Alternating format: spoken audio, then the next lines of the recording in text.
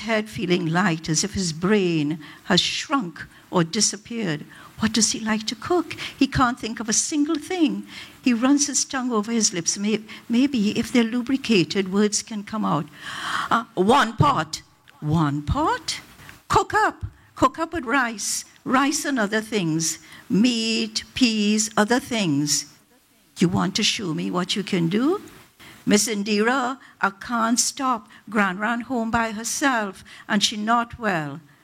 But you will have to cook when you reach home, not so? So why not cook here and take some home with you? She stands aside to allow him free passage, even while he's wondering whether he should go or stay. He doesn't know whether he wants to go in or to run away. It's not just Gran, is what he getting himself into.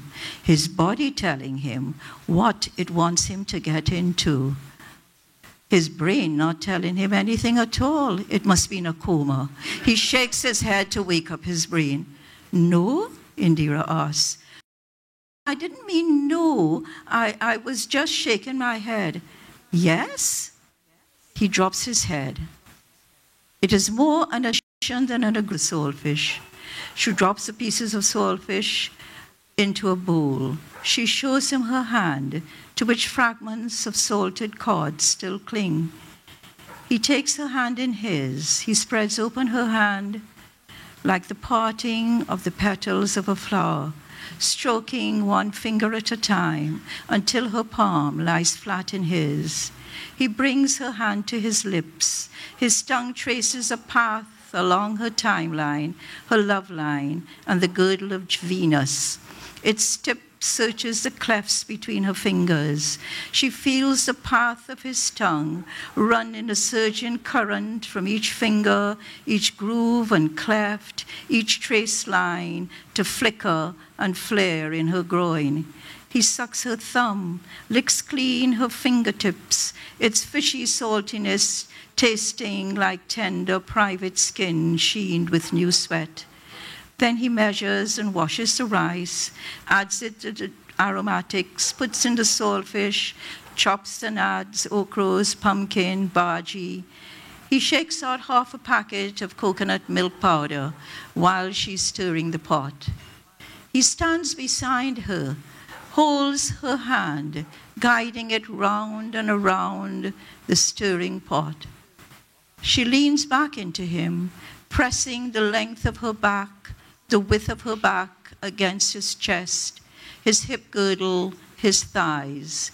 He reaches across and picks up the water jug and pours just enough to cover the contents of the pot with an inch to spare. And together they stir the on the floor. The rest of it is not your business. Thank you very much.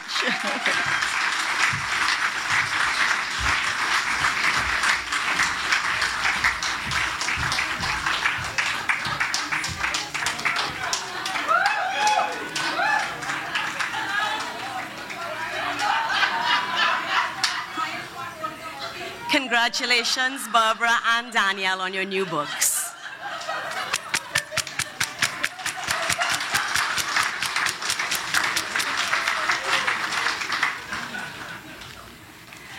What's next? Sorry, I got all caught up. I was listening. I forgot that I was supposed to be doing things here tonight. Where are we? Oh, yes, right. So thank you again, Barbara and Danielle. And of course, both of these ladies received a lot of support from the Bocas Lit Fest over the last 8 years. And so in the name of providing support, I would like to welcome to the stage the tireless Marina Salandi Brown, festival founder and director, to tell us about a new initiative.